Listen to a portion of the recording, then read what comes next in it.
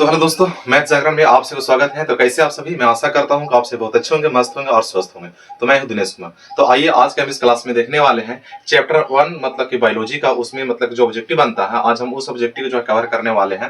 ठीक है, और इसमें टोटल जो है ना हम 15 को सवाल लेकर के आए हैं। मतलब कि ठीक है, इसको मैं बारी बारी से आंसर को मतलब कि लिख करके बतलाऊंगा और समझा करके मतलब चलूंगा। ठीक है ना, कि ये सभी का आंसर क्या होगा या फिर नहीं होगा। ठीक है ना, आपको सिर्फ क्या करना है, मतलब कि वीडियो को जो है ना शुरू से लेकर के लास्ट तक देखते चलना है और कॉपी और पेन के माध्यम से जो है ना पूरे ऑब्जेक्टिव के जो है ना नोट्स तैयार करते चलना। आपके लिए बहुत ही ज्यादा मतलब कि रामबाण साबित होगा और बहुत ही ज्यादा मतलब फायदेमंद साबित होगा। ठीक है ना, तो आइए आज के हम इस क्लास को क्या करते हैं, हम स्टार्ट करते हैं। लेकिन हाँ, उससे पहले आप अगर मेरे चैनल पर अगर पहली बार आए होंगे तो आप मेरे चैनल पे एक बार सब्सक्राइब कर लेना, बेल आइकन को ऑन करके रखना, ताकि मैं सबसे पहले अगर वीडियो अपलोड करूं तो ठीक है, तो नोटिफिकेशन सबसे पहले आप तक पहुंचे। ठीक है ना, इतना आपको करके रखना है।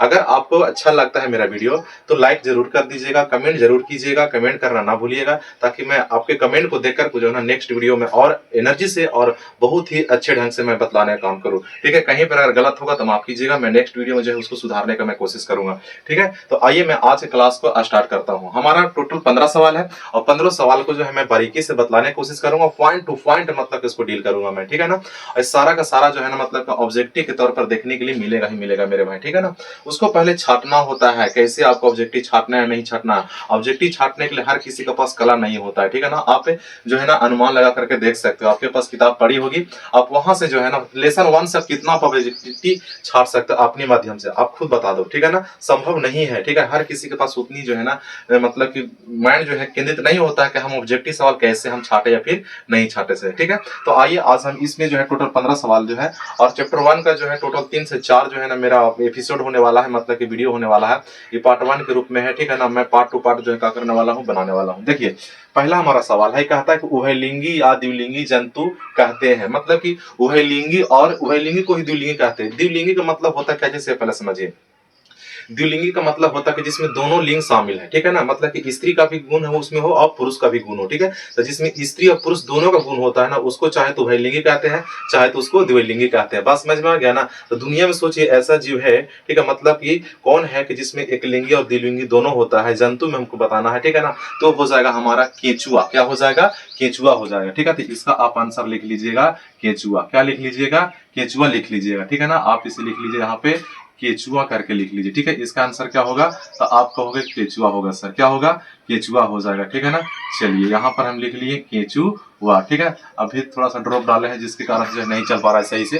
ठीक है, तो ये केचुआ लिखा हुआ है, यहाँ पर आप लिख लीजिएगा। ठीक है ना, केचुआ ही क्या कहलाता है? उभयलिंगी या द्विलिंगी कहलाता है। ठीक है ना, नेक्स्ट सवाल है कि केचुआ का श्वसन अंग है। केचुआ मतलब श्वसन क्रिया किससे करता है? जैसे हम लोग सांस जो है नाक से कर रहे हैं, तो उसी प्रकार से केचुआ जो है श्वसन क्रिया किसके माध्यम से करता है आपको बताना है। तो केचुआ जो होती है श्वसन जो है अपने त्वचा के माध्यम से करता है, जो उसके शरीर में जो त्वचा जो है ना उसके माध्यम से श्वसन क्रिया करने काम करता है। ठीक है, तो केचुआ का श्वसन अंग होता है, इसको आप लिख लीजिएगा क्या चीज? केचुआ का श्वसन अंग है, ये हो जाएगा त्वचा। क्या हो जाएगा मेरे भाई? तो आप कहोगे त्वचा हो जाएगा। क्या हो जाएगा? त्वचा हो जाएगा। तो आप लिख लीजिएगा कि केचुआ का श्वसन अंग जो है त्वचा होता है। ठीक है, या फिर कहेगा त्वचा किसका श्वसन अंग है? तो केचुआ का है। मतलब सवाल को हेर फेर करके कर सकता है, पूछ सकता है।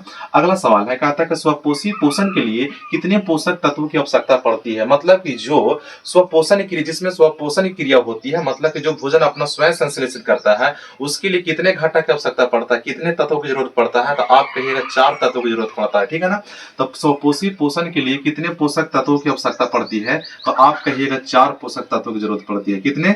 4 पोषक तत्वों की जरूरत पड़ती है। बात समझ में आ गया ना? ठीक है ना, कितने पोषक तत्वों के? तो आप कह दीजिएगा 4 पोषक तत्वों की आवश्यकता पड़ती है। अब ये चारों तत्व है कौन कौन? ठीक है ना, ये चारों तत्व आखिर में है कौन कौन, मैं उसको अगला सवाल में बताने का काम कर रहा हूं। ठीक है ना, तो आप ध्यान से देखते चलिए। देखिए, नेक्स्ट सवाल है, सवाल नंबर 4 हमारा कहता है कि स्वपोषी पोषण के लिए कितने, स्वपोषी पोषण के लिए कौन कौन से पोषक तत्वों की आवश्यकता पड़ती है? तो मैं देखिए यहाँ पर हम इसको आंसर पहले से हम लिख चुके हैं, इसलिए लिख चुके हैं ताकि मतलब इसके 4 जो है ना इसका आंसर है। ठीक है ना, और लिखेंगे थोड़ा सा वीडियो लॉन्ग हो जाएगा, इसलिए पहले से इसका आंसर भी लिख करके मैं रख चुका हूं और मैं चारों को बता दे रहा हूं। ठीक है ना, देखिए पहला क्या चीज हम लिखे यहाँ पर, ध्यान से एकदम देखना है। सूर्य के प्रकाश, जब तक सूर्य के प्रकाश नहीं रहेगा स्वपोषी पोषण क्रिया नहीं हो सकती है। पर्णहरित को ही हम लोग बोलते हैं क्लोरोफिल। का बोलते हैं? क्लोरोफिल। इंग्लिश में क्लोरोफिल और हिंदी में पर्णहरित कहते हैं। ठीक है ना, तो आप याद रखिएगा कि पर्णहरित को हम लोग क्लोरोफिल पीलते हैं। पर्णहरित नहीं लिखा हुआ रहेगा तो क्लोरोफिल रहेगा, क्लोरोफिल नहीं रहेगा तो पर्णहरित रहेगा। आपको इतना याद रखना है, ठीक है ना। पहला सूर्य के प्रकाश, दूसरा जो है क्लोरोफिल,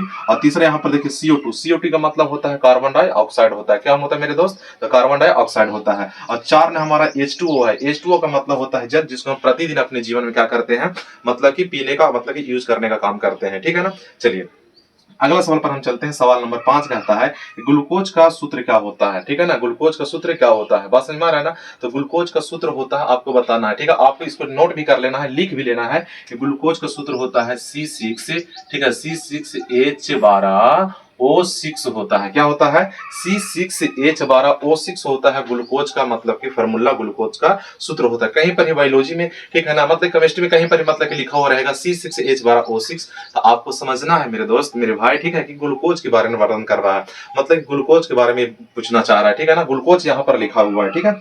आगे कहता है कि वायुमंडल में CO2 की मात्रा कितना प्रतिशत है, ठीक है। वायुमंडल में अगर आपसे पूछेगा कि वायुमंडल में CO2 की मात्रा कितना प्रतिशत है, भाई हर साल ये सवाल जो एग्जाम में मतलब कि पूछता ही पूछता है, ठीक है। इस वर्ष के भी एग्जाम में आप देख लेना, पूछेगा ही पूछेगा, क्योंकि एक चर्चित क्वेश्चन है, ठीक है ना, बहुत जरूरी है। तो आपसे पूछेगा बताइए वायुमंडल में CO2 का मात्रा कितना होता है, तो 0.03% होता है। कितना होता है? 0.03%। लिख लीजिए 0.03% किसका मात्रा होता है? वायुमंडल में होता है। और यहीं से एक सवाल और लिख लीजिएगा, ठीक है, कि पृथ्वी पर CO2 का मात्रा कितना होता है। ये तो वायुमंडल में हो गया, ठीक है। तो पृथ्वी पर जो है ना CO2 का मात्रा कितना होता था, आप कहिएगा कि 0.02% होता है। और वायुमंडल में कहेगा, ठीक है, तो 0.03% कहेगा, ठीक है ना। और पृथ्वी पर अगर पूछेगा कार्बन डाइऑक्साइड की मात्रा कितना होता है, तो 0.02% होता है, ठीक है। आपको बिल्कुल डाउट नहीं रखना है, सारा का सारा कंफ्यूज आपको क्या करते चलना है, क्लियर करते चलना है, ठीक है ना। चलिए हम नेक्स्ट सवाल को चलते हैं। कहता है कि ग्राहनी किसका भाग है, ठीक है ना। ग्राहनी जो है किसका भाग है, तो ग्राहनी जो है ना मेरे भाई, ठीक है, जो हमारे भोजन में, हमारे जो शरीर में जो पचाने का जो काम करती है, ठीक है, उसी का भाग है। तो ग्राहनी जो है छोटी आंत का भाग है। किसका भाग है? छोटी आंत का भाग है। तो आप यहाँ पर लिख लीजिएगा छोटी आंत। क्या लिख लेंगे हम? छोटी आंत, ठीक है, छोटी आंत इसका आंसर हो जाएगा, ठीक है। तो ग्राहनी किसका भाग है, तो आप कहिएगा छोटी आंत का। ग्राहनी किसका भाग है?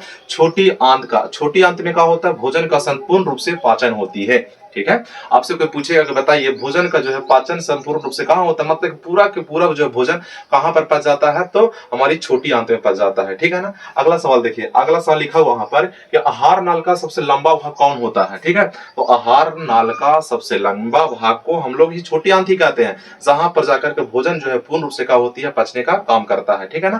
तो आहार नल का सबसे लंबा भाग कौन है, तो छोटी आंत है। आप यहाँ पर लिख लीजिएगा, ठीक है ना, कि आहार नल का सबसे लंबा भाग क्या कहलाता है, तो छोटी आंत कहलाता है। क्या कहलाता है? छोटी आंत कहलाता है, मतलब कि सबसे लंबा भाग को हम लोग छोटी आंत कहते हैं। बात समझ में आ गया ना, कि आहार नल का सबसे लंबा भाग क्या है, तो छोटी आंत है। ग्राहनी किसका भाग है? छोटी आंत का, ठीक है ना। छोटी आंत का भाग जो है 3 गो होता है, ग्राहनी, जेजुनम और इलियम होता है, जिसमें ग्राहनी दिया हुआ है, इसमें तीनों दे सकता है कि छोटी आंत के कितने भाग होते हैं, 3 भाग होते हैं। पहला ग्राहनी, जेजुनम और इलियम, ग्राहनी, जेजुनम और इलियम 3 भाग होता है, ठीक है, मतलब छोटी आंत का। बात समझ में आ गया ना। जिसमें से ग्राहनी के बारे में पूछा है, ग्राहनी किसका भाग है, तो छोटी आंत का भाग है, ठीक है ना।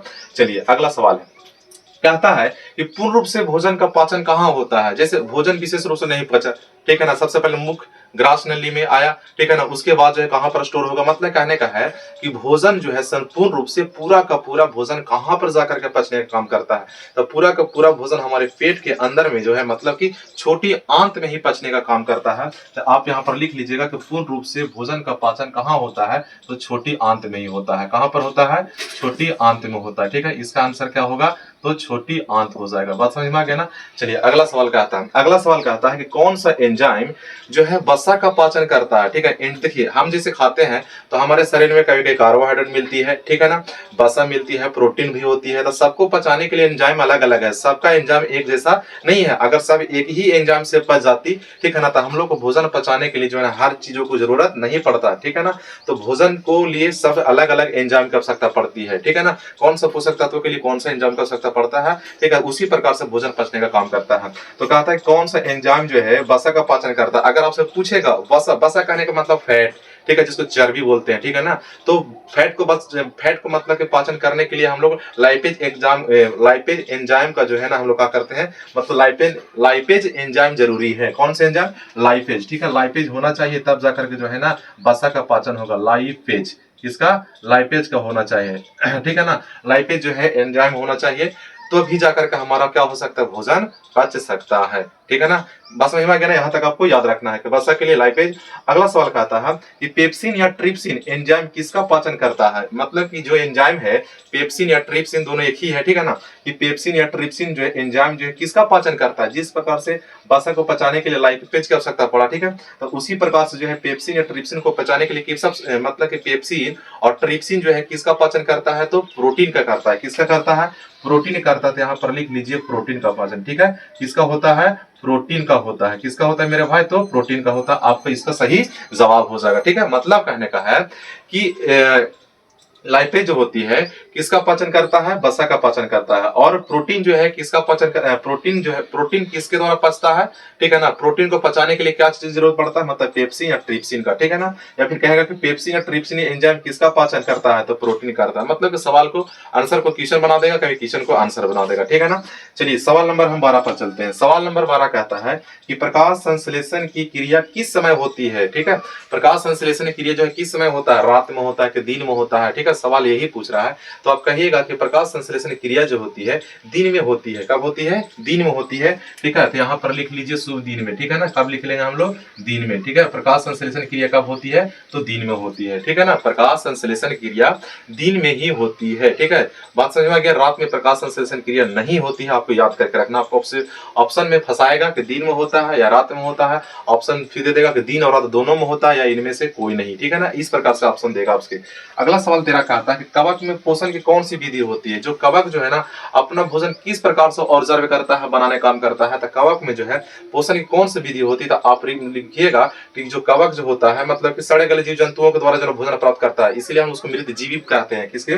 कवक में पोषण की कौन सी विधि होती है, तो मृत जीवी, मतलब कि मृत जीवी पोषण की विधि होती है। तो आप यहाँ पर लिख लीजिए मृत जीवी, ठीक है, मृत जीवी। कौन सी पोषण की विधि होती है? मृत जीवी पोषण होती है, ठीक है ना, मृत जीवी पोषण, ठीक है।